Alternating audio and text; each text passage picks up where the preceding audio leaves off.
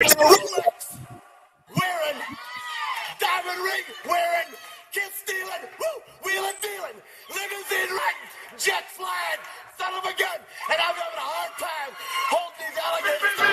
You're talking to the Rolex wearing, diamond ring wearing, kiss stealing, wheeling dealing, limo jet flying. We Rick Flairing on us, flaring on us. We Rick Flairing on us. You talking to the Rolex wearing, diamond ring wearing, kiss stealing, wheeling dealing, limo jet flying. We Rick Flairing on us, flaring on us. Yeah, we Rick Flairing on us, flaring on us. It's apparent these girls staring. I'm Rick Flairing, gold across my chest. I'm fresh to death, I'm Paul Bearing, not at all scary. When I open like Betty Wops and find to these circles that's going in like a carry shot. Woo! I'm going in like a Mary Pop off that Mary Crop at the top flow at the Marriott. So questioning me is like questioning you. See, we the best dressed, so come and get blessed with the crew. Not one but two, different ways to slaughter your crew. Committed tat across the chest, I guess she blessed with the truth. People want to see them checks, representation of proof. Living through my elders, trying to resonate to the youth. But ain't nothing to get my flash on. Longevity is heavily embedded in my melanin. Layman terms, I last long.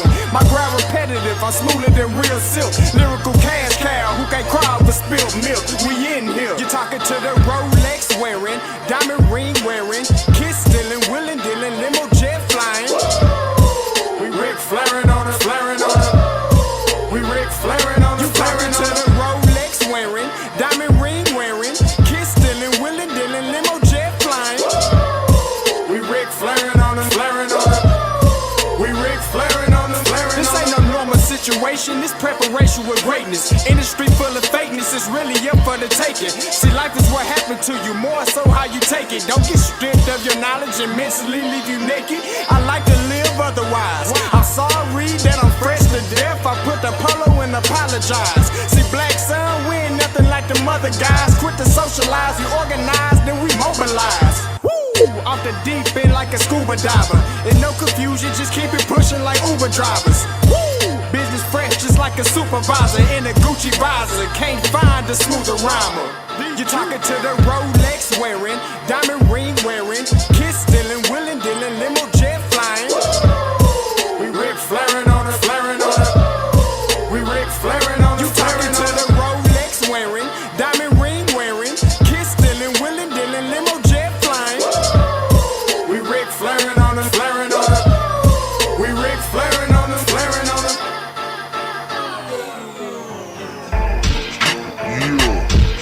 DQ, baby. Shout out that boy Nigga for that fire track. Hey, Black Sun, sun up.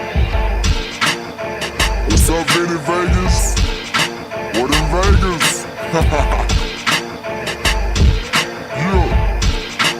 Shout out Pharaoh's Kids. D-Phase. Yeah. Bubba C. Yeah. Rick Flairing on him. Rick Flairing on him. Rick Flairing on him. Rick Flairing, son up, baby.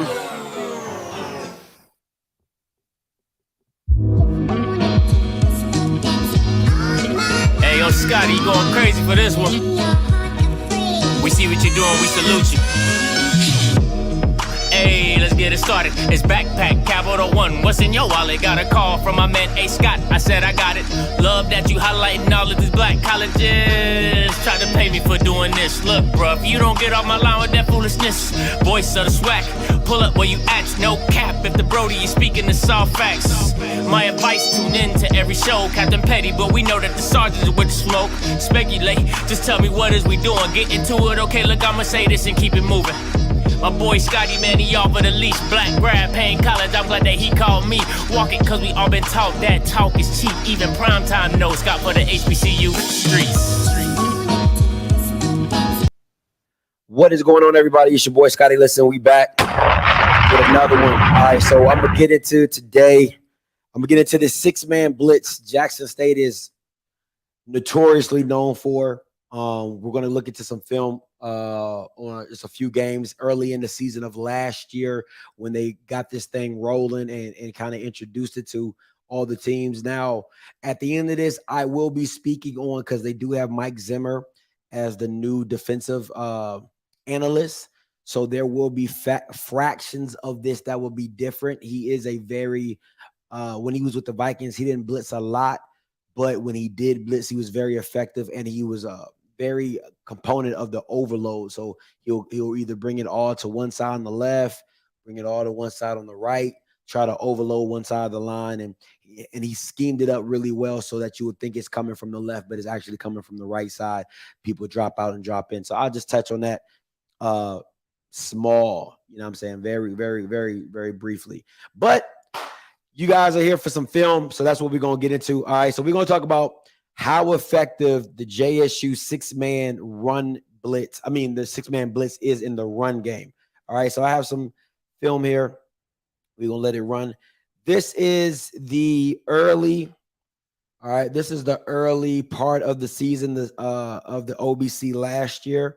So what I want to touch in on is some things that you'll see that JSU does really well. Now, this I want to talk about is where let me, where my pen go? Done lost my pen. Let me see. All right, I'll give me a new one. So this is the thing that you got in this play particularly. FAMU catches Jackson State off guard just a tad because they hurry up to the line, they get here really quickly, and they run up.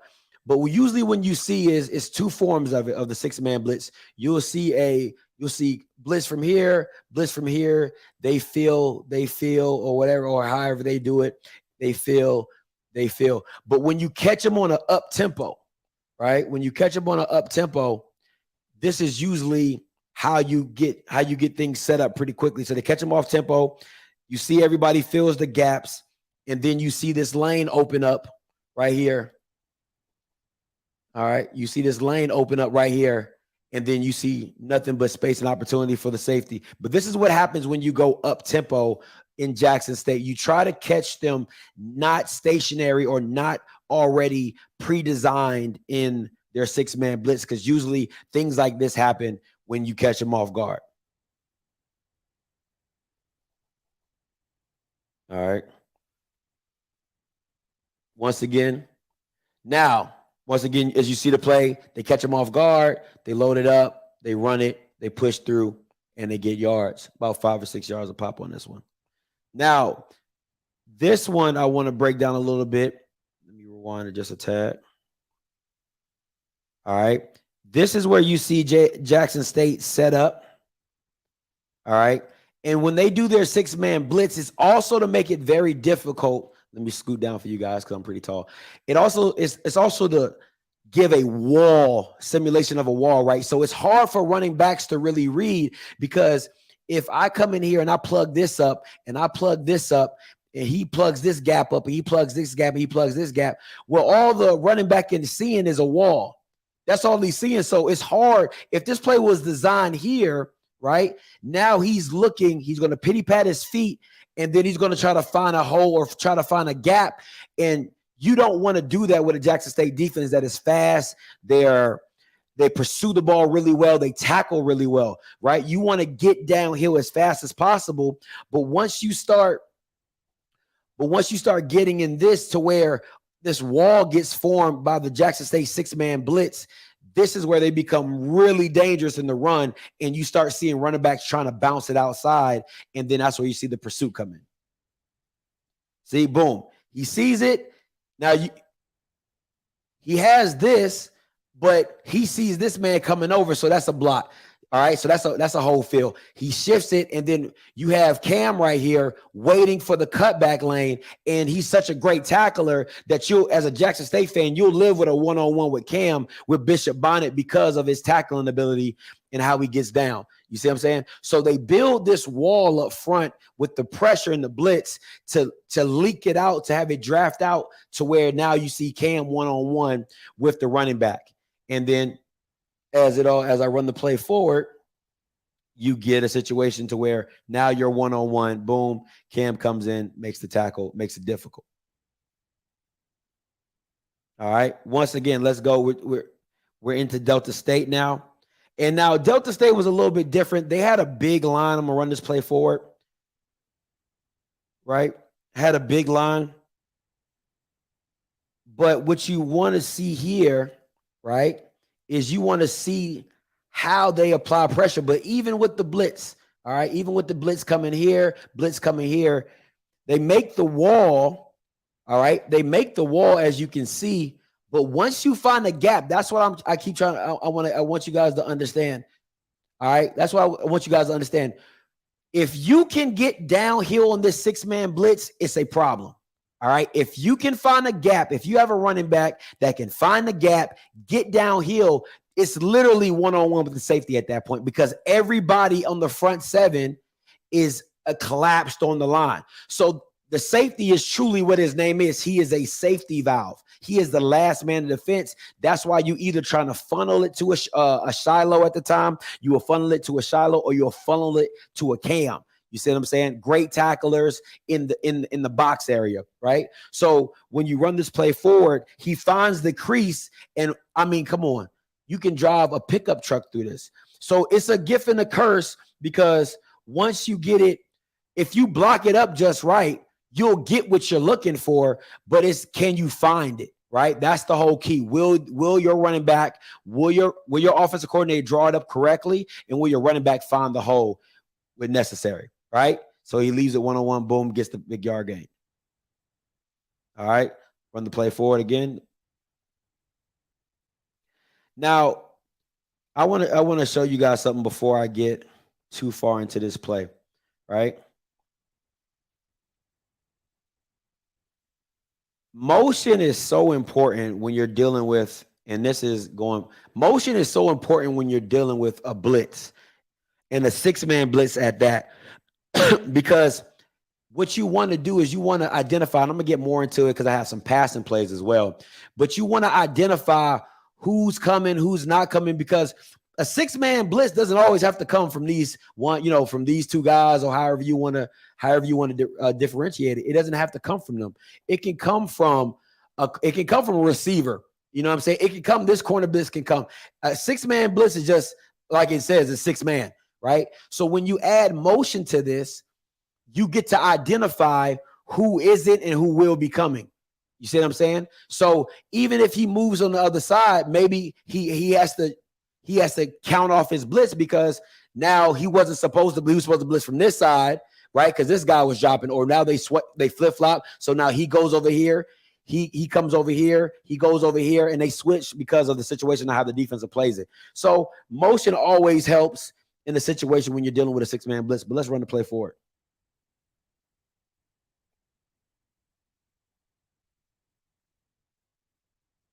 Man, that boy does not want to go down. All right, so here we go. This is what it looks like on the front side. Remember, boom. You get what you're, listen, Jackson State gets what they want, right? Jackson State gets exactly what they're looking for. You get the blitz. He comes in, right? He comes in, hits the hole. The guy misses. If I back this up, and if I wish I had blue on here, because how this old lineman is supposed to play this, right? When you're doing a power, he's supposed to have this arm ready, like one hand here, just so he can step. Because all you're doing is you're pushing this guy off, so I can go get this guy, right? But he doesn't do it in time, because the blitz comes so fast that he hits the power, but he can't put hands. He can't touch the guy he needs to touch, which is this guy. So he comes in, he beats that. He misses the tackle, and then it's nothing but free safety, you know what I'm saying, corner, stuff like that. But once again, the key to beating a 6-man blitz is getting downhill. It's not dancing in the backfield. It's none of that. You want to get downhill as fast as possible so you can pick up as many yards as you can. All right, let me go to some of these comments real quick. I don't mean to ignore you guys. All right, cool. All right, bet. All right, so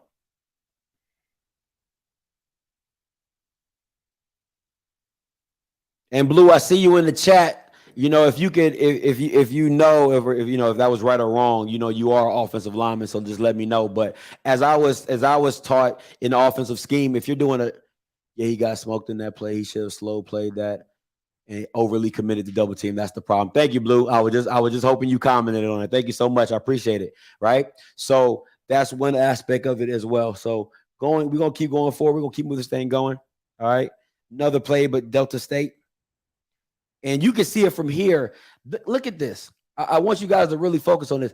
Look at all the people right here. So literally all you have here is 1, 2. If you can get through this line, right? Because everybody's man on. All right. So everybody's focused on their guy. If this guy can get through this hole, it's nothing but smooth sailing. But understand, once he starts pity packing his feet, once you start dancing back here in the backfield, all you do is give time for these D linemen to get off their blocks and make the tackle. All right. That's all you do. Let me zoom in right here to the line. All you want to do right here is simply get it and hit the hole as quick as you can. All right. Let's run this play forward. Boom. That's what he does. Boom. Stiffy. Get going. All right. On the back end of that. Once again, Keontae comes down.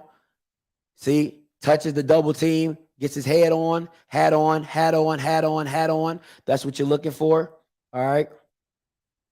And once again, he finds the hole. You got to hit it. Once you find the hole, he hits it. Breaks through the arm tackle. All right. And then nothing but smooth sailing from there. All right. Let's get into the passing game real quick. And this, okay. I'm going to zoom into this top half. Okay. So I'm a receiver. I'm a former receiver. Right. And as a former receiver, you are a part of the blitz. Right? I want to be very clear. You're a part of the blitz. There's two forms of way you can be. Two forms that way you can be a part of helping out your offense. One is being the hot route, right? So if you see this blitz, you are supposed to break down your route anyway in here. If it makes it like you're replacing whatever it could be, right? So it is. If he's playing, let's see, 1, 2, 3, 4, 5, 6, 7 yards off, right? And these guys are blitzing, you can replace them really quick as a quick drag route. You can do a quick hitch, right? You can do a quick out because remember, he can't get there. He won't get there. So you have to help your quarterback out to understand once this blitz happens, you need to start shortening up your routes. That's one way you can help, right? That's one way the receiver can help. The next way the receiver can help, if this DB just so happens to walk up and be the blitzer, you call it out. You got to identify that and say whatever. It could be Ricky, whatever you want to use, whatever form of use is in your playbook, but you have to call that blitz out because what ends up happening is this. Once this guy walks down, all right, so I'm giving y'all a lot right now, but I just want y'all to understand. Once this guy walks down, 9 times out of 10, this guy is going to walk over top. It always happens like this. He will walk over top. He's going to come on down. He's going to blitz. You need to replace. That's simple. It should be a catch, throw, and you make a move open field. I'll take that over a 5-yard hitch or whatever. It's a smoke route. You replace him. You throw it. You get the yards you can, and you get up. All right. So let me explain to you why Jackson State, what they do makes it so dangerous, right? Why this 6-man blitz is so good, and why I try to tell you guys of how they do it. They're expecting that you don't have time, right? So that's why all these receivers here are in off coverage. It's off man. Okay, you have press man and then you have off man. Why they're in off man is simple. They're saying this. Your quarterback is going to have 3 seconds, maybe, right? So they're assuming all your routes are going to be short. That's why if they're playing here, they don't have to bail. All they got to do is take read steps. Simple read steps to see if you break it short so they can come down hard and make the play, make the pick, make the tackle so that you don't get any space. The reason they're back off is because if you do decide to run a deep route, right, it takes time to develop and they have time to still be in trail position. That's why they play the way they do. So you can see it in a press man situation or off man situation. I'll let the play run. All right. So like I said, you see what I'm saying right here? You see the blitz coming from the top right here? He should have identified that.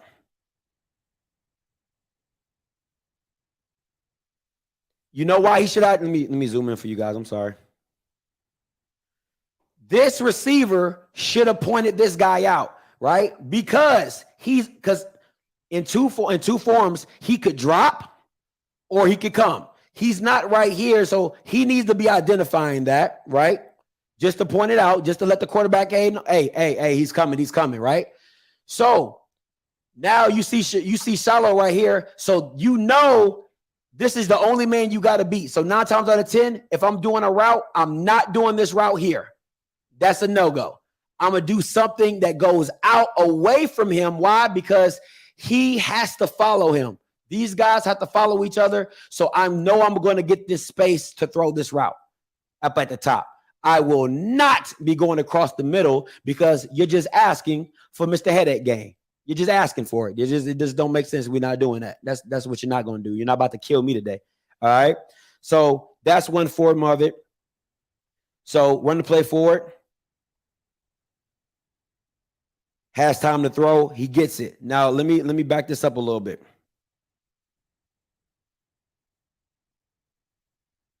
This is what happens when you get time to throw, right? Because if you guys remember what I said, when he comes out this break, we focusing on this receiver right here. When he comes out this break, he's still in the trail position, right? And now, because Nugget is man on, he cannot help. So you know all this space over here is free. This is all free space.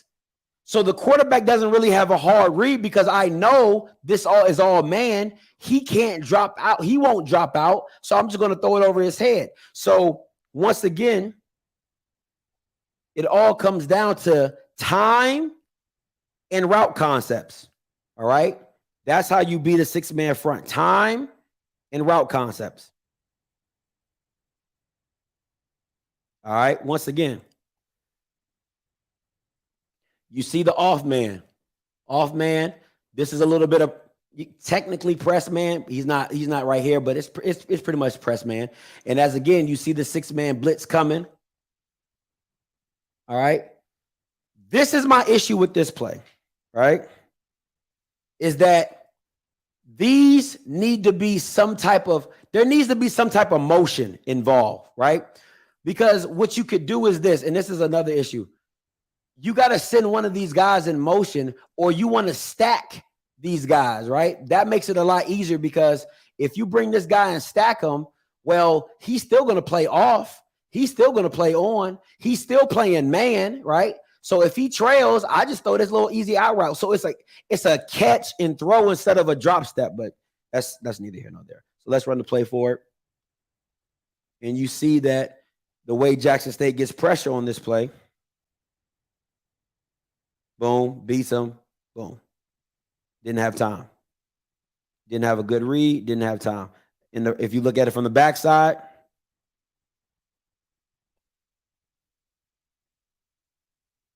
all right. This is in blue. Correct me if I'm wrong. O lineman go lineman, lineman, lineman, right? Pick up, and I believe one more right here, right? So this center has to direct traffic, right? Which way is he going to turn his head? Which way is it? So it ought to they called it a slide protection, right? So if I see an overload to the right, well, we're going to slide. We'll slide. He'll get picked up by him, right? And now my head can turn here, focus on here. That's how you could do it, right? Or right? Or you can say, hey, you stay back, we'll slide this way, right? Slide. If he goes out, then he picks up the in man. If he stays in, he picks up whoever comes out here. That's another way you can do the protection. There's multiple ways. Let me turn this through. There's multiple ways. He slides, slide. You all slide down, and he picks up that in man on the back end. All right. Or another way, you can half slide, right? So you got a full slide, and this is from what I learned. All right. I ain't no O-lineman genius, right? You can half slide. So where, maybe these guys are man on. So you got two here. So maybe these two guys are man on, and then these guys half slide out. You know what I'm saying? To protect. All right. So you got that side, but to each his own. But it all comes down to your center navigating traffic and what this quarterback wants him to do based off the protection. Does he want him to step up in this A gap and take it? Or does he want him to sit back and take on the edge guy that's coming at? So you have two ways you can do it is there. So that's how you can break it down. And that's how and listen, this double A gap blitz, that's what it's called, a double A gap blitz, is super difficult. Because any miscommunication, it gets ugly really quick, right? So if this guy picks him up and he thinks he's supposed to step up and everybody else kicks out, then he missed this, man, this is a dead man walking. So it's, you know what I'm saying? But black inside gap first, Scotty. Bam. So it's the closest man then. So block inside gap. You come in here, step up, boom, and then everybody out kick slides out. All right. Let's run it.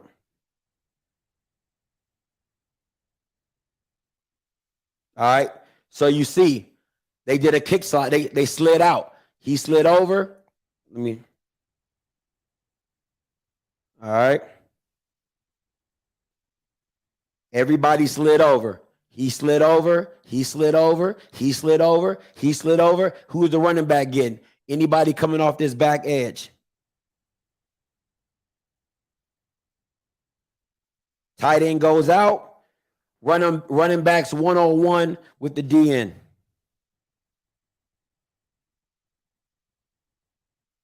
Oh, God, that's horrible. Oh, that's just horrible. That's just horrible. He didn't want the smoke. He didn't want the smoke.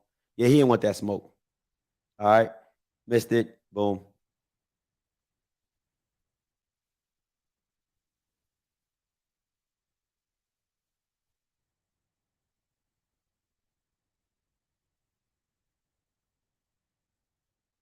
All right. We're going to look at them from the front side, on the back side.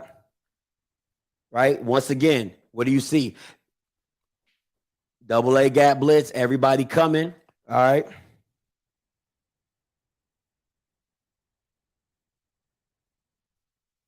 Here we go. He's going inside. He's kicked out. This is blocked. If we're being honest, it's blocked. It's set up correctly. Everybody but you got, at the same time, you gotta win your matchup.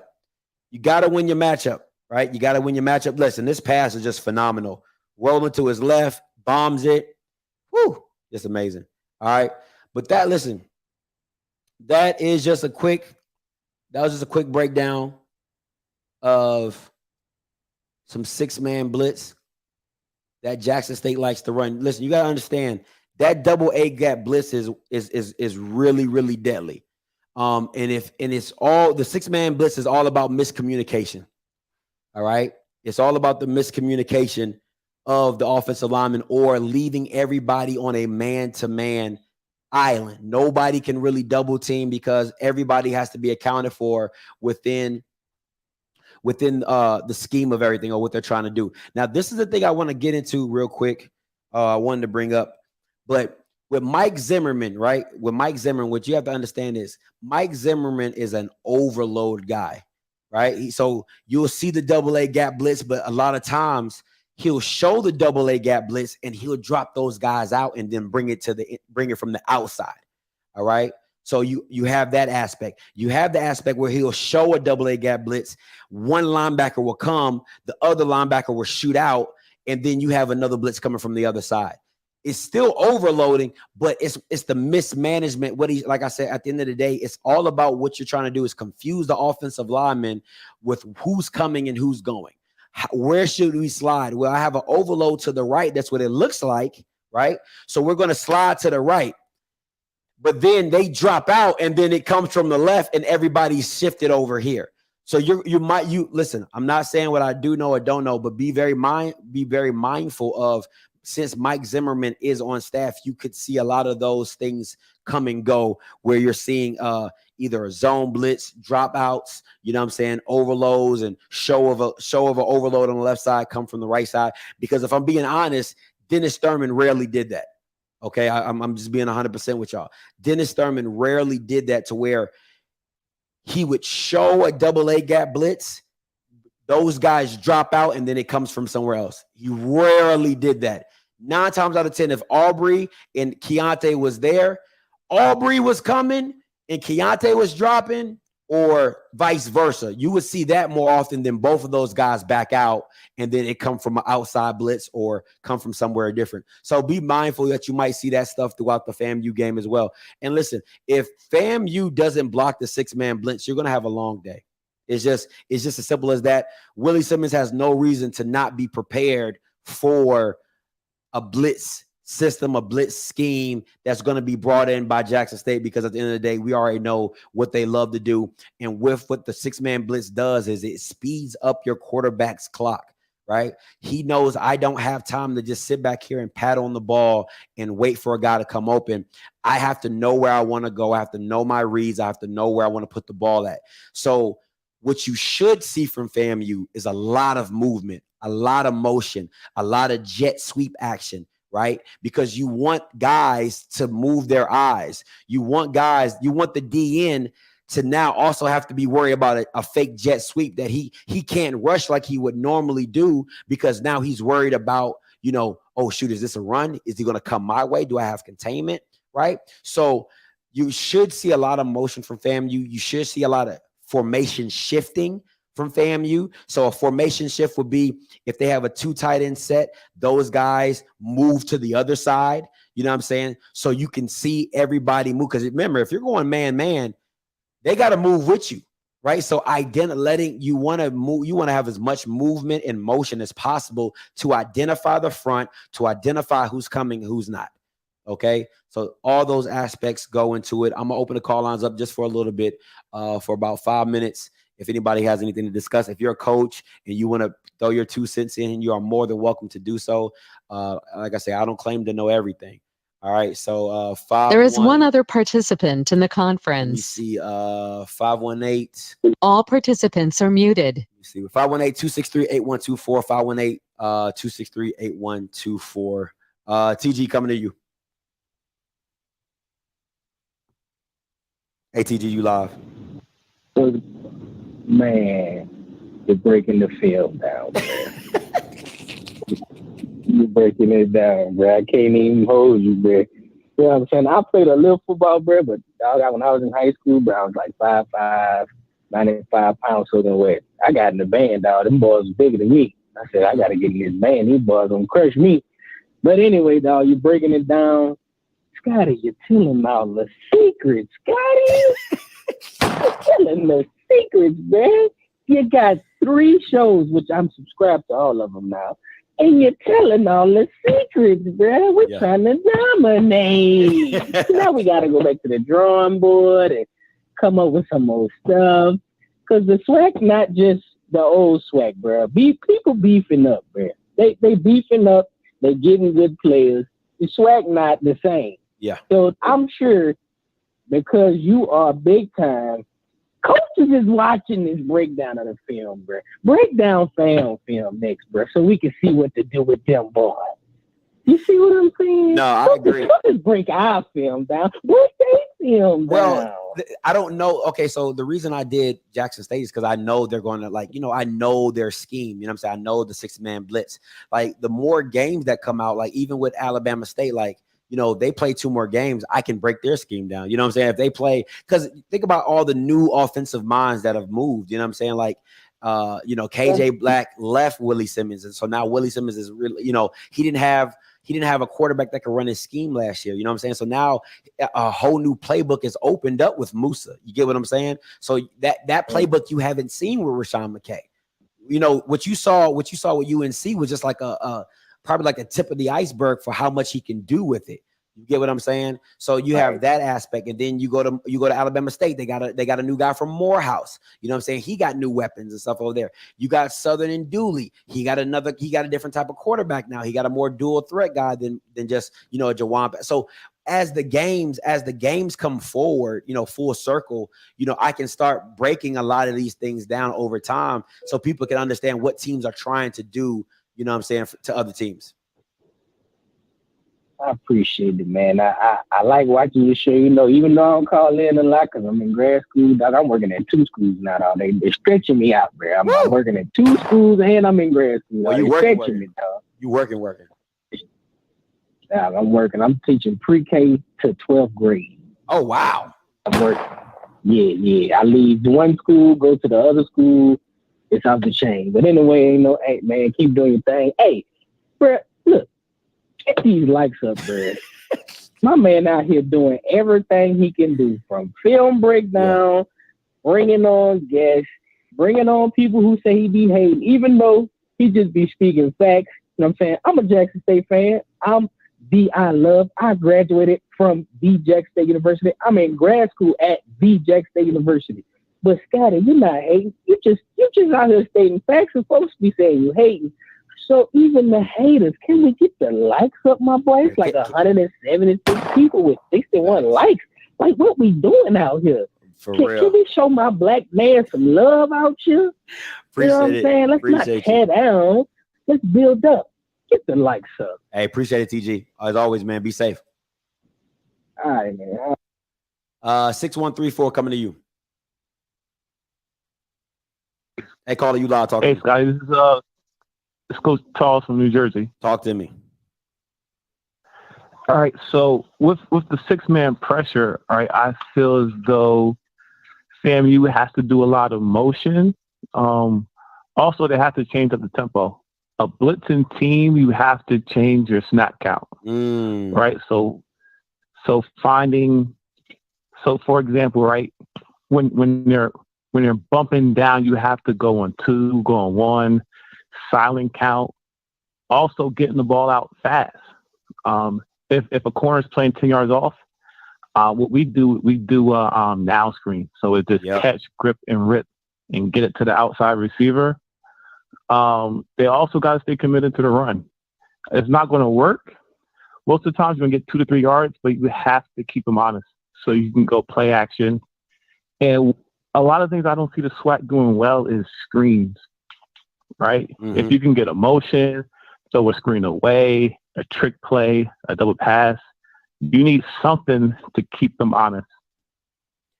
You know, I agree. This is the thing that I never really liked about the SWAC, but I saw Willie do it a little bit. They don't do a lot of setup plays, right? So what I mean, and you kind of get what I'm saying, Coach. Like, I'll hit you with a now screen. I hit you with a now screen. I hit you with a now screen. And then, you know, maybe in the third quarter, I fake the now screen, and then I go pretty much like a hitch and go, but with a now, you know what I'm saying? So, you know, I'll pump the now, you jump, I send my, you know, he goes for the go route, and now I got you beat because you're on an island, and you 7 yards off or whatever, and you know, you committed about 3 or 4 of those yards. You're coming forward, my guy's going, you know, you're going down, he's going up, and, you know, hitting people like that, you know. So, or setting up a screen to where, you know, you fake the screen and then you throw the tight end pop. You know what I'm saying? Like, I don't see a lot of those play calling in that kind of setup style happen. It's just like, we're going to run a play. But there's no like, hey, we're going to run this play a couple times in the first half so we can set it up in the third quarter, or we're going to run this play, you know, a couple times in the first quarter so we can set it up in the second quarter. You know what I'm saying? So I don't see a lot of that.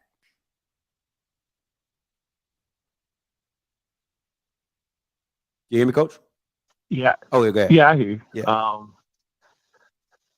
But I think for FAMU, they have to change right? Yeah. So the first drive, you have to have two cadences. You have to go on 2 different snap counts. Also, what I don't see is a lot of motions with the running backs, right? So if they're a man, right, if that middle linebackers travel with that backer out, right, the middle of the field is wide open. Come on. And you can also, well, they probably won't do it, but if Rashawn McKay goes in the game, you can do that with a quarterback draw or fake that and try to throw it deep. But if it's a blitzing team, you have to find what we call in New Jersey. We got to find the baby and throw at the baby. I like that. Throw out the baby. But I agree with you. Like, go from a 2x2 to an empty. You know what I'm saying? And what my coach would usually do is we would go 2x2 tight, right? We'll go 2x2 tight. And then he would motion everybody with shift. Then we will go into an empty. So now you're really seeing them make a decision. And then he'll hit you with because two things, because we're really talking football right now, and I love it. This is my biggest thing, though, Coach. You got to get to the line fast and let the play clock be your friend.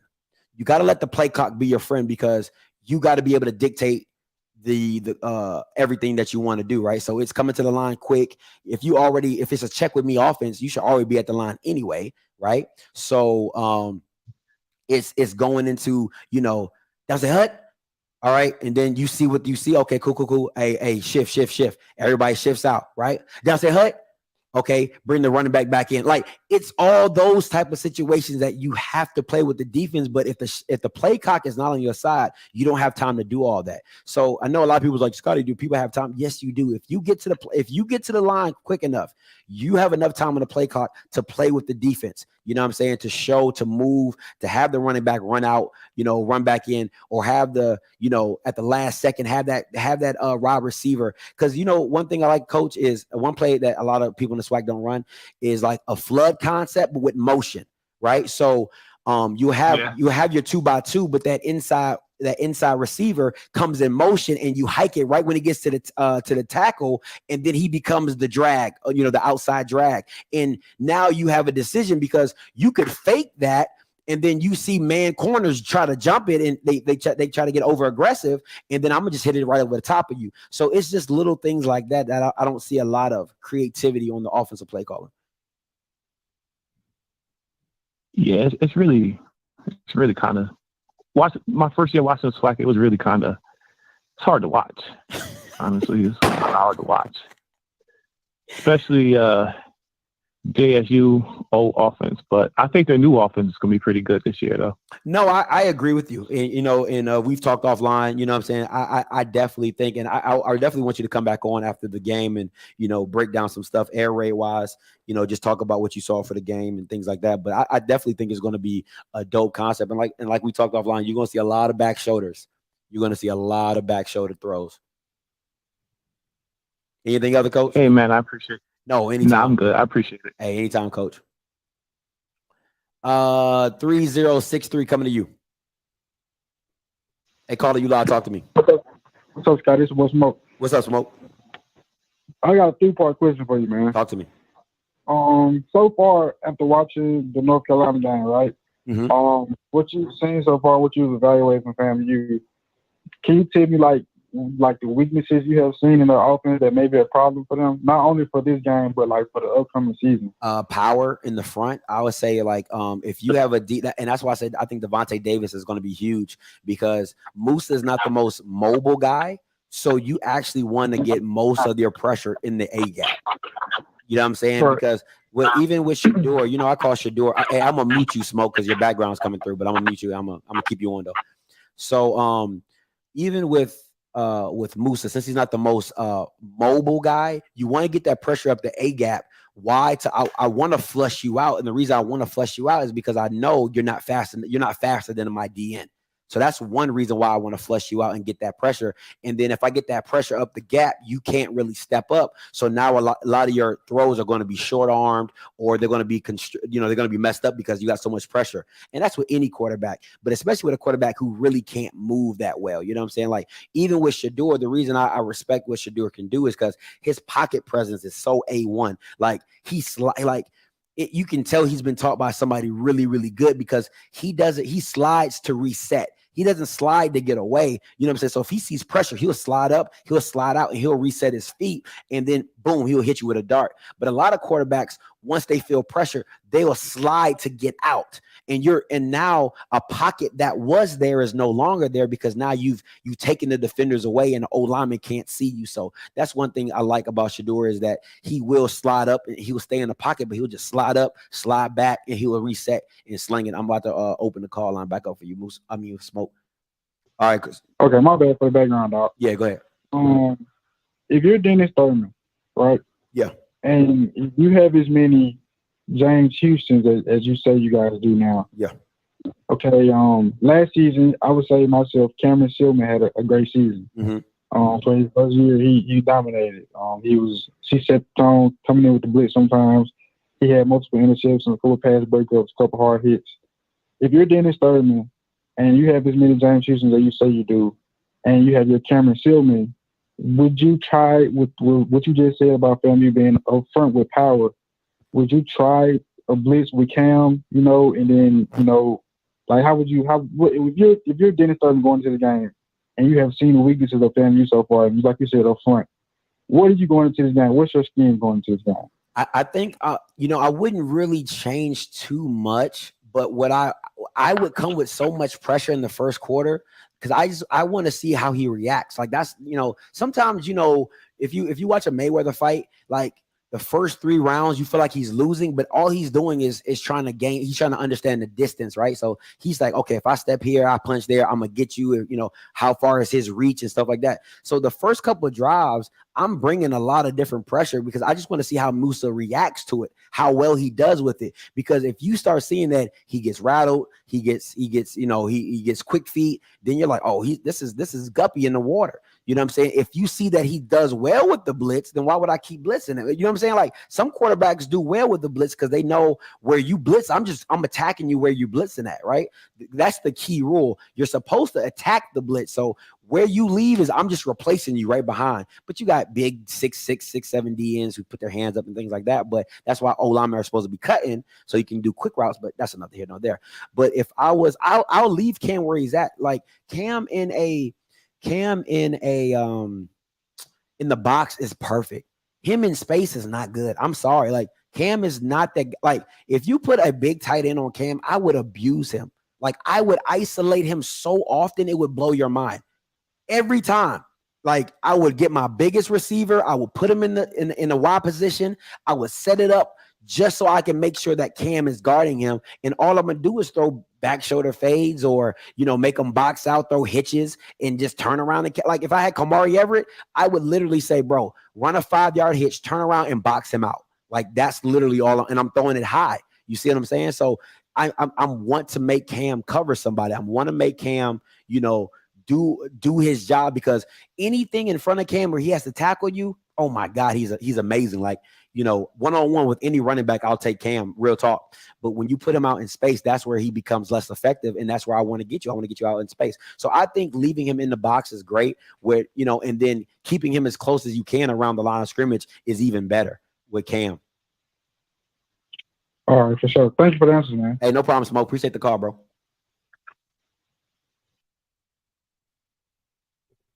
Hey, what's up, KP? What's going on with it, bro? You podding, bro. You doing a hell of a job. You podding today. Thank you. You own it. And man, what you just explained about the setup play, that is so missing in the SWAC, bro. We don't have that in-depth thinking of putting defenses on roller skates. Yeah. Like that is a game within the game. Absolutely. As far as blitzing, if I'm a DC, I'm looking at the quarterback, what side he likes to throw on. I'm a blitz on the side that he loves to throw on the most in the game. I'm marking. We gonna mark. You like to throw on the right side? All right, we're gonna flush you to the left to make it more harder for you to complete a pass. Exactly. Short field, we on the hash mark, we on the short hash, we on the long hash, we're gonna make you throw the ball on the longer hash. Absolutely. Short hash, I'm coming, I get there quicker. Like we don't have that thinking that gym for us to think like that, man. At least I haven't seen it, man. So I'm with you on everything you saying, you preaching, bro. I'm begging for that type of mouse and cat game in the game with the DCs and OCs. KP, listen, bro. Let me tell you, I was watching the Bethune-Cookman game against Jackson State maybe 3 weeks ago. I was just rewatching the game. Do you know that the offensive coordinator of Bethune-Cookman, when he was in the red zone, on the short hash of the field, short side of the field, he did a toss sweep? I said, you got to be impossible. First of all, do you know what team you playing? Like, they are the kings of pursuit. Like, that's like you do it. That's how Dooley caught him off guard with that double pass in the SWAC championship, because they are a heavy pursuit team. Once they see ball, they go get ball. So why in the blue hell would you do a toss sweep to the short side of the field? If I was Coach Terry Sims, I would have fired him right then and there. Like, bro, what are you talking? What are you doing? Like, that's the stuff. I'm just like, bro, you're killing yourself. That's a self-inflicted wound just because of the lack of knowledge of offense. You're like, bro, like, why would you do that? You know what I'm saying? A waste of play. You know what I'm saying? When you could have faked the toss sweep and then threw the tight end pop. Like, I want to get the defense shifting and moving, because what Jackson State is going to do once they see the offense move or the line, they are just natural sharks in the water, so they're going to flow with it. So I want you to flow that way. I'm going to fake that toss, and I'm going to pull it, and I'm going to throw that tight end right behind the linebacker that he just replaced. You know what I'm saying? So it's just little stuff like that. I'm like, what are we doing? Also, you made a great point with the 6-man blitz. The play clock is your friend. Oh, my goodness. If I'm a quarterback, 25, what'd you say? No, I said, you're so right. That's what I said. Oh, my goodness, you're so right. 25 plays second clock. I run it down to the 1 second, just motioning your ass, sending my sliding motion, just to pre-read what the defense is gonna do. And then maybe at a 2 seconds, sometimes I might snap it under 20 seconds. Sometimes I may snap it, let the clock run down and snap it in 8 seconds. I'm confusing you on the count. I'm gonna make you stay in that stance and show me your look. I'm trying to get you to show me your hand I'm motioning my receivers. I'm hard counts. You're not going to get a clean blitz that you think you want to get by just swarming around the line and just full off blasting on my quarterback. No, we're gonna change this stuff up. You know, I'm gonna keep you on your heels. Absolutely. So I love that you mentioned the play clock being your friend and making that play clock their enemy. You know, you got to use every tangible thing in the game to benefit you. And I don't think our coaches even understand that aspect, that you can have these tools to slow down defense and help your offense and help your O-line at that. Exactly. The O-line sitting there, you know, we come up to the line, we are, like you said, a check read offense. And if I'm a DC, I'm kind of counting down, and that's another thing. If I'm a DC, I'm counting down when the time frame they're gonna snap this ball. If it's within 3 seconds, within 5 seconds of the play clock, that's when I know to kind of show my hand. I know when to send the signal. You know, all that's in depth, bro. Yes, you studying the game. You in that film room. You breaking stuff down. So when fam, you're gonna snap this ball? They like to snap around a 19-second time on the play clock, or do they let it run down? I'm switching all that up. All these tendencies that you probably know me from last season, you would never know, because all my game plan, my little tendencies, they're changing to keep you off balance. So, man, that play clock you mentioned, bro, that's gold. That is gold. Yeah. And I think, fam, you, Jackson State, whoever can use that to their advantage for their offensive line. Listen, man. You know, if you have a happy blitzing defensive team, you gotta. Yeah, go ahead. No, this is my other points is this, right? The thing that used to kill me in the SWAC, and I know you saw it a million times because I yelled about it. If you are playing with corners 10 yards off and you're not making defenses play, you have to be the dumbest OC in the world. Like, I don't care if you listen, that's as good as a run. If I throw a now, we call it a now route, but if I throw a now route, and if anybody doesn't know what a now route is, your receiver is literally taking one step and turning toward the quarterback. And if I'm not catching that and throwing that, because if I make that guy miss, I'm running for 10 or 20 more yards. You see what I'm saying? If he tackles me, I just fell forward for 3 to 4 yards. You know what I'm saying? If I'm a big receiver, I'll probably drug him for another 2 yards. So I made a 5-yard pickup. Like, you got to have these plays. And then, even if I throw the now route and he tackles me right away, the setup is still real. Right, the setup is talks, bro. Now I got you. Now I got you in your mind, like, oh shoot, he might throw this thing. So, like I said, next time I'm gonna fake the now route. You gonna jump it, and now I'm behind you. So those are the type of routes those are the type of concepts that I need to start seeing more offensive play callers call, because you gotta get people on their heels. You gotta be thinking, oh, I know what's coming. You don't know what's coming. You know what I'm saying? I love that. I'm a challenge. Go ahead. Go ahead. No, I'm gonna challenge you, bro. If you can do this, find me 5 films or 5 games that displays a double route. A receiver ran a double route and a quarterback pump, double route, bam, touchdown. I bet you couldn't find 5 plays in any game of last season that a team had a receiver run a double route. I bet you couldn't do that because that's not part of our, not say our, but their mindset. Like you said, man, you playing 10 off. I'm gonna hit you for 2, 3, and get ball 4, 5. Now I'm ahead of the chain, 2nd and 6. I mean 2nd and 4, 2nd and 3. I got play action. I got another run. I got you guessing to where you don't even know if I'm gonna run or pass. Absolutely. So I'm keeping you off balance. I'm ahead of the chain. I'm controlling the tempo. Man, bro, you potting, bro. You are potting today. You are potting. I'm really feeling this podcast, bro, because this needs to be talked about, and more coaches need to just be innovative and just start going down deeper in that rabbit hole for the offense and even defense. Like, man, you blitzing on the long. Why you blitzing on the wide side, man? You're gonna take the DB to come a long way to get to the quarterback where you can blitz on the short side and he can get there maybe 2 or 3 seconds or less than a second. Absolutely. Come on, man. That's physics. You know, that's common sense. Shorter, quicker, longer. Come on, we gotta have these type of things going on in this film room that these coaches need to be discussing. How long does it take for me to get to this quarterback? What side does quarterback like to throw on? He a lefty, or he like to go on the left side? We're gonna flush him to his right. Yeah. This running back, we weak on the O-line on the right side, or we coming all the time on the right side? You know, those things, bro. But I ain't gonna hold it up. I'm gonna land my plane there, bro. I appreciate it. I love it. I'm loving this discussion, bro. We need more of this, man. You take care, big dog. You too. Hey, thanks for the call, KP. Hey, that's respect to KP. He be in the chat a lot, but he don't call in that often. So appreciate the call, KP. 5896 coming to you. Hey, caller, you loud. Talk to me. What's up with it, Scotty? What's up? What's your name? Where you calling from? The TJ, man. What's up, TJ? Talk to me. Your boy. I got a couple pointers, right? I want to ask you this, okay? Because you're doing a hell of a good job.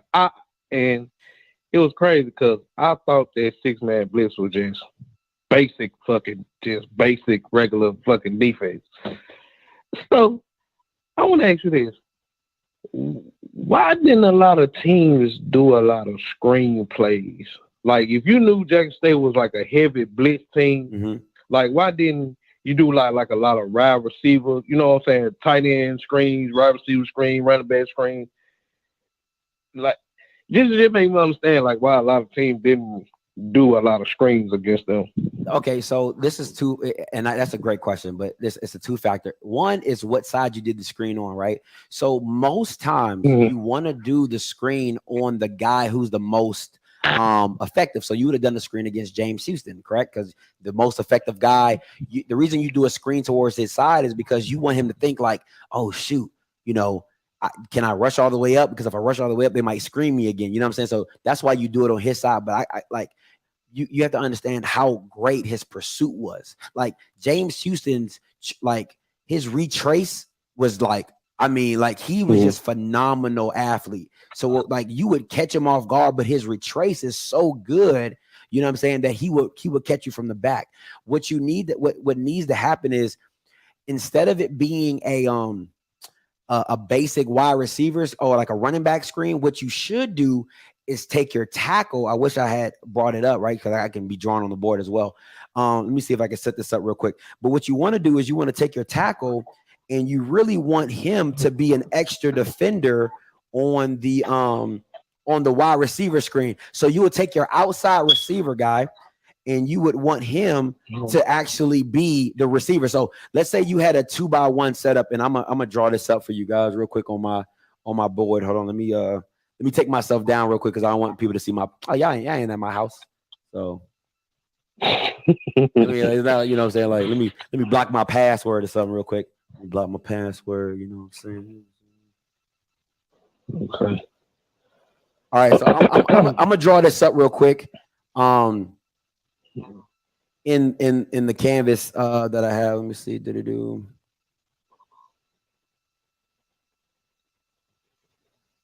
Block my password.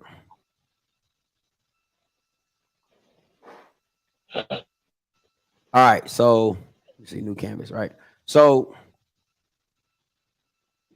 this is what I'm okay. So I don't know if you can see this, but I'm drawing it up on the board as we speak, Yeah, right? how much? So what you would want to do is if you had 1, 2, 1, 2, and then you got 1, 2, 3, 4, 5, right? You got the quarterback, you got your running back. Mm-hmm. What you would want to do if you're doing a screen, because you're gonna have D, boom, boom, boom. If this was James Houston, right? So let me change this up. If this was James Houston, I'm gonna circle James.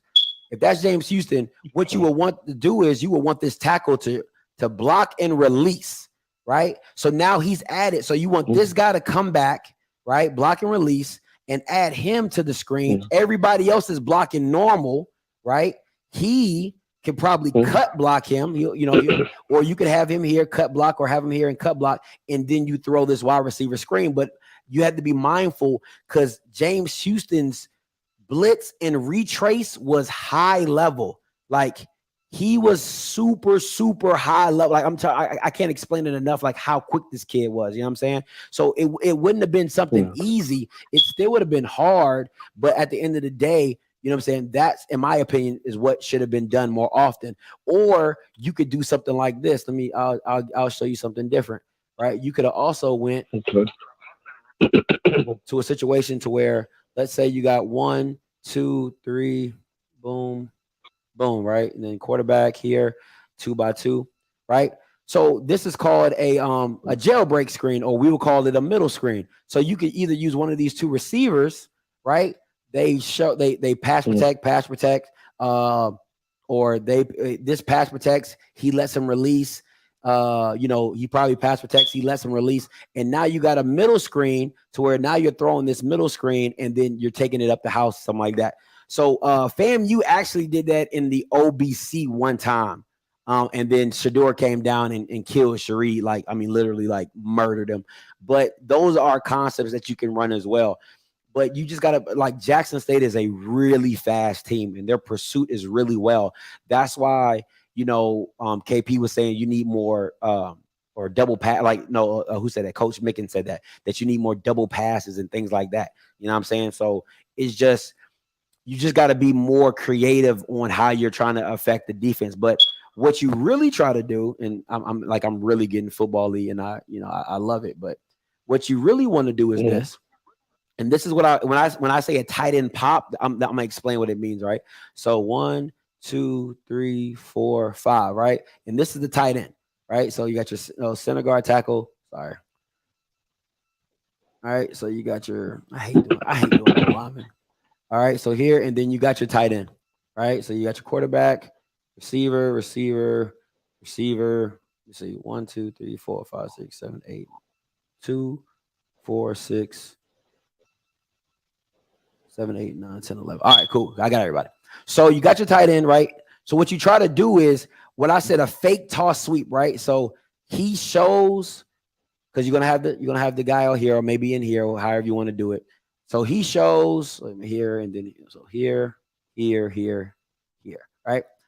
So he fakes blocks.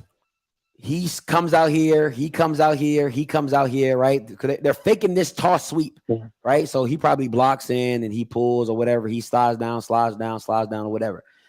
You fake this. You fake that when everybody, because the linebackers are going to shift. He leaks out right over the top, and so essentially it's like this. You fake it. Everybody shifts, and then you're throwing it right over the top. It's called tight end pop. I'm telling you, in college they do this all. If you watch any real offensive coordinator, they run this play a million times because everybody always loses the tight end. It's just natural. They always forget about the tight end. They always miscount. They always miscount for him. So absolutely. Or you can do it in. I don't know if you remember the route where Willie Simmons threw that wheel route to the running back for the first touchdown against UNC. Well, you can do the same thing with a tight end. You can have him leak this way and do a drag route. You know what I'm saying? So you fake it, you shift it, and now you're throwing this backside, and now you got these guys running their guy off, and he's wide open back here because it's man to man. You know what I'm saying? So it's so many different levels of how you can attack an offense and just getting shifting. That's what you want to do. You want to get all when it comes to offense and defense. You want to you're trying to get their eye discipline off. You want to show them something like, oh, this is coming, but I'm really doing this. So it's all about the eye discipline of the defense. Yeah. So yeah, because that play you just drew familiar because I was, even though, I go for Jackson State in the SWAC, but I'm a diehard Miami Hurricane fan. And I've seen Miami run that exact play that you did. Yeah. Like they lost they lost the tight end. He was wide the fuck open. Because listen, man, it's like night and day. They always do it. But go ahead. But man, you breaking this shit down, man. If I'm Willie Simmons, I'm tuning in right now. I'm gonna beat Jackson State by 50. Listen, you stupid, but listen, I'm gonna tell you, this is another concept. If I was FAMU, this is what I would do. I would do a lot of this, right? And you're probably gonna see a lot of this from Jackson State as well. So let me see. You're gonna see a lot of this this play type from Jackson State. And I love is two formations that I absolutely love is tight and bunch. I love tights and bunch, right? So you got 2x2 tight.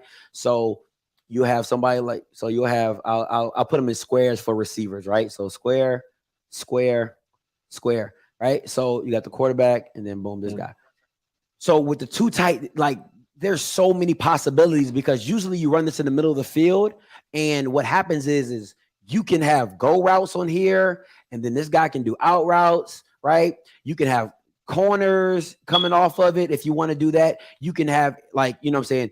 We called it a gator concept, right? Oh my God, this used to kill safeties, especially stuff like Jackson State does where they go a lot of man. So what you would do is this, right? So in that case, I would take this guy and I would usually put my fastest guy here. So this will be right here, this will be my fastest guy. And he would run a post and he would run a dig. And now you're putting this safety in a situation to say, okay, what decision are you going to make? Are you going to jump this dig, or are you going to, and this is usually Shiloh or Gregory Great or whoever, because even if they got a man on, right? Even if they got a man on, he's playing a robber situation, because 9 times out of 10, they have him playing a robber to where he hits whatever. He's going to be in a trail technique. So he's going to think that he's open. He jumps it. I'm hitting this post right behind you, right? If he drops, there's nothing but space and opportunity. I'm going to throw this dig route and he's still running because everybody's in a man concept, right? So when you get into air raid type stuff, you're going to see a lot of this. You're going to see a lot of that. It's called a mesh point, right? So you try to move, you know what I'm saying? You'll see the receivers, and Shadur's going to hit it in that second window off the backside. You know what I'm saying? If they're playing man, you're taught to keep running. If you're playing a zone, you're taught to sit in open space. So, I mean, it's crazy, man. Like, you can get so nasty with this thing. I'm telling you, like, I could go, man, listen, offense, I could go on and on. Listen, I can go, bro, because you can do so much with this. It's ridiculous, right? So, like, if I wanted to get real nasty with it, I would send this guy in motion, right? So now he does the drag, he does this, and he does that. So now you got a flood concept. Now you just turn it into trips just like that.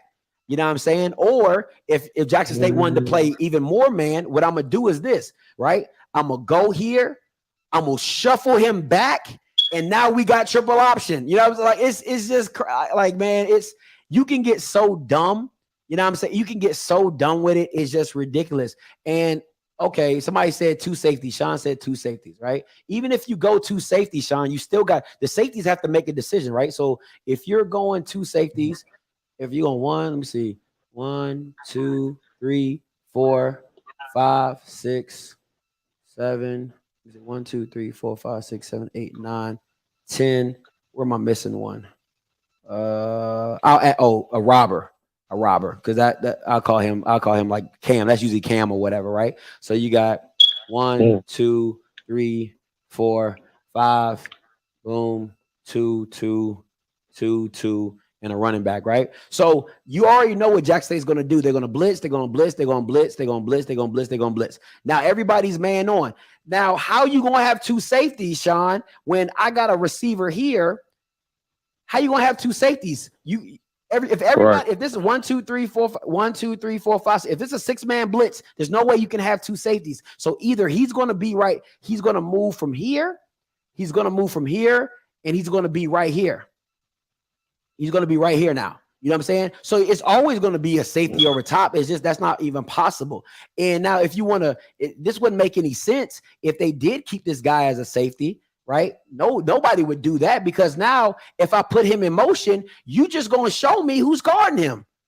That's all you're going to do, or who's not guarding him. You know what I'm saying? So that wouldn't make no sense. So even if you had 2 safeties, technically it's still 1 safety, because somebody got to guard this man. You know what I'm saying? So you can still do the Gator concept. Boom, I hit you here and I hit you over the top. So it don't really matter. You know what I'm saying? So then you got to drag right here, and then you got to hitch right here. You know what I'm saying? And then you can have him come over here and do a wheel route, all type of stuff, man. I can get real crazy with it, bro. But you know, that's just okay. Well, yeah, man. But I appreciate that, though, Scott. Let me let some more smoke calls get in. Nah, I appreciate the call, bro. All right, man. Appreciate it. Let me see. Taking away the inside, the safety. Okay, so if you take away, even if this safety decides, right? Even if the safety decides to take, listen, no defensive coordinator would do that to lead. Like that wouldn't make any sense. 1, 2, 3, 4, boom, boom, and you got 5 DBs. 1, 2, 3, 4, 5, 6. Yeah, 1, 2, 3, 4, 5. All right, cool. So you got 5, 1, 2, 3, 2, 3, boom, boom, boom, boom, boom. What sense was that? Like, they don't play like if it was a 5-man blitz, absolutely, right? But even you might show, but if I send this guy in motion, somebody has to declare. That's the whole point. Somebody has to declare. Right. So if he doesn't, usually they'll rotate. Now, if that's something that if you want to keep 2 safeties, you would rotate. So this guy would come down, right? This guy would slide over. This guy would push back. You know what I'm saying? You could have something like that. But at the end of the day, that's only if you're sending 5. That's only if you're sending 5. But if you're sending 6, the way Jackson State likes to do, because they like to always send more than you can block, or make sure you have somebody accounted for, everybody accounted for. So that's the reason you would do that. But that wouldn't make any sense to leave this safety back up here if you had a man assignment. Nah, you're going to come down. And that's why Jackson State always is usually in a situation when they're 1 man high, because everybody is down. They're either off man or they're either press man. Like that's usually the situation with them. So that wouldn't make much of any sense. But you know, to each his own. So, yeah. So you can rotate it up and you can do however you want. But hey, I really was not trying to. Let me see. 1, 2, 3, 4, 5, 6, 7, 8, 9, 10, 11, 12. Yep, too many men on the field. So I can't. Too many men on the field. So I can't. You can't. That won't even work. You know what I'm saying? That wouldn't even work. So that's what I'm saying. So everybody got to be man on. You know what I'm saying? So let me tell you, I'm gonna do one last thing. I'm gonna get up out of here, because this is what you're gonna see a lot of. I promise you this, right? You're gonna see a lot of this from Jackson State and probably from FAMU. 1, 2, 3, 4, because they do 4, 2, 5, right? So you're gonna see this guy. 1, 2, 3, 4, 5. This is what you're gonna see a lot of this formation. All right. People call it bear, however you want to call it. If you play Madden, you know exactly what I'm talking about. This is a bear concept, right? You're going to see a lot of this formation in the game. Now, however Mike Zimmer decides to change it up or whatever, you know what I'm saying? That's a possibility. But 9 times out of 10, you're going to see this bear formation, right? Because it's 4-2-5. People call it a 4-2-5, but it can also be called bear, right? Because of just how it's stacked and triangled and things like that. All right. So 1, 2, 1, 2. Boom, boom, boom, boom, boom, boom, boom. Now, listen, this is the key, right? This can only be dictated by this pressure. If this pressure gets to them in a quickly fashion, this quarterback has no time. That's the whole point, right? Because they're either going to play man off, right? So they can do their read steps, and if you break it short or whatever, they can drive. But if they play press man, the way Jackson State teaches it is they're going to be in a trail technique. If you don't know what trail technique is when let me see. Is a trail technique is this, is when that's the defender, that's the receiver running his route, and he's like trailing him in the back. That's a trail technique, right? So they're going to be in a trail technique to make that throw have to be harder. So when you're in a trail technique, 9 times out of 10, you take away the back shoulder fade, right? Because if you're here and I'm here, how can I throw the back shoulder fade if the DB's right there? So it takes away from that, right? So you're 9 times out of 10, you're going to see him and they're going to be in the gap. They're going to be in the gap, just like I showed you on footage, right? So now everybody is by themselves. This is where it comes into play where you have to be creative. These dudes need to be your motion guys. You need to send these Bamas in motion, you know what I'm saying, to isolate, because what happens is this. This is what really needs to happen more often in the situation. You move this guy, he comes in motion, right? So this guy, he comes in motion. He sets up over here now. So now you have nothing but space and opportunity with this receiver right here. And that's what you're looking for. That means if it's a slant, if it's a hitch, if it's a go, if it's a sail concept, you have nothing but time and space over here. And usually if your safety's playing correctly, he's also supposed to slide to the strong side of the field. Thanks, babe. All right. He's supposed to slide to the strong side of the field. And now if I'm Musa, I'm looking this way, but I know my concept is going to be over here. Right. So that's the concept. Now, the last thing before I go, because I really got to go, guys. But I love talking football if this is what we're talking. This is what I'm talking about by a setup play. And I'm going to explain it to you real quick, right?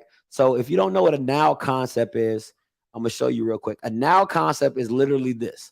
It's like you go and you just turn around. He catches it and he throws it, right? You do this enough times when a man is playing off coverage, right? So the guy's playing off coverage. He's playing 7 yards. You catch and throw. He comes down. He makes the tackle. It's 3 yards, 2 yards, 4 yards, whatever. Well, by the second or third quarter, when he gets tired of getting beat on this play, you fake it. He fakes it and he spins out and goes for the go route. Guys, it works all the time. It works all the time. I'm going to show you another concept that works, right? In high school, we used to call this Wisconsin, right? So this is what happens. I'm going to take your attention to this side of the other thing, right? So you got this trip concept, right? You got this trip concept over here. So we're going to work on this side of the field, right? So this is called Wisconsin. So you throw, it's like this, right? He goes out and blocks. He goes out and blocks, or he stock blocks. Let me see, 1, 2, 3. Yeah, he stock blocks whoever comes down. So if this safety comes down, he stock blocks him. If he comes down, he stock blocks him, whatever. This guy comes back, you throw the wide receiver screen. You do this 2 times, 2 to 3 times, right? You try to get this play off. Then what happens is this, right? This is called setup plays, all right? This is what good offensive minds do. It's called a setup play, right? You can set them up. So, right, they done seen this play a couple times. You know, we hit them on, maybe we got 7 yards on one, maybe got 2 yards. Well, next time he comes out, he fakes the block and he goes, right? If you can see that. He would come out here, he fakes the block and he goes. He still doubles back. What is he trying to do? He's trying to run through the block because he doesn't want to get beat anymore. He runs through the block. He doesn't see the backside guy. He rolls up and bam, you throw it over his head. That's called a setup play. That's what you do when you try to constantly keep you. Listen, I do this play so later for long I can set it up. Even if you lose yards, understand, guys, every play is not going to gain yards, but it has to have a concept. Not every play has a setup play to it, but every play, you know what I'm saying? Some plays have, a back end play like, hey, I'm going to catch them on the back end of this. So a great defense is ready for it. Semi-great defenses, you know what I'm saying, is whatever. But those are just different concepts that you can run in the game, and just that's how it does. We were in the same play in high school, but we motion the wide receiver into the play. Exactly. You know what I'm saying? You can do that play. It's not hard. It's not nothing. You know what? Let me add on to this play, right? So you can add on. Maybe this is a tight end right here, right? Or yeah, you got a tight end right here. So what happens is that you fake this. He slides out. Instead of him doing a wheel route, all he does is come in here. Why? Because everybody's rushing down over here to get here, right? Boom, you do that. Or what do? You have him come into the side, he sets up and he rolls out like it, man. It's so many different, it's so many different ways you can do this thing. It's ridiculous, but it's all about being creative and kind of understanding who you're trying to, what you're trying to do is who are you trying to isolate? That's the whole key. Like the coach said, who's the baby in this situation, right? Who are we trying to attack? Are we trying to attack him? Are we trying to attack him? Are we trying to, if the linebackers are out, are we trying to isolate him? You're trying to isolate on a particular player to make them make a decision. So when they make the wrong decision, you win. That's how that concept works. All right. So let me take Smash. Hey, what's up, Smash? Talk to me. Hey man, you over there looking all fancy with your Chris Brown headset on. But you might as well give us a 1-2, yeah? Yeah, bro. You stupid. You stupid. Hey man, I want to say this some dope stuff you're doing over there, Scotty, man. You look like you're really in your element. I just called and tell you congratulations on all your success and everything, man. I'm liking this whole 1-2 breakdown. Somebody better take some notes because it sounds like you know what you're talking about a little bit over there. just a tad bit, bro. Just a tad bit. You know what I'm saying? I know a little bit. Yeah, I'm going, Scott. I was just calling you mess with you a little bit, dog. I appreciate it, Smash, man. Keep doing you. All right, man. All right, man. Listen, guys, I apologize. I really didn't want this to go that long. You know what I'm saying? So I really was trying to do this like under 30 minutes so people can watch the full tape. But if people do, that's cool. If they don't, they don't as well. But hey, guys, listen, this will be my last show until I get to Miami. Me and Key are going to Miami tonight. We're driving down. Shout out to my boy Quincy Casey. He'll be doing his first start at Alabama A&M today. So, you know what I'm saying? Let's, I'm hoping the best for him. Who else plays today? I think Valley. Shout out to TJ Goodwin. He'll be taking the start at Valley. Do your thing, boy. Caleb, y'all do your thing down there. Ja'Cory Rankin as well. Do your thing. All right. So we be driving down tonight. Y'all have us in your prayers for safe travels. But hey, guys, as always, until next time, you know what I'm gonna do. Hey, Paris, you okay? Paris in Miami. Okay, all right. Okay, welcome to Miami. All right, we'll see you. We'll see you down there, P. All right, till next time, you know what I'm gonna do. I'm gonna holla. God bless.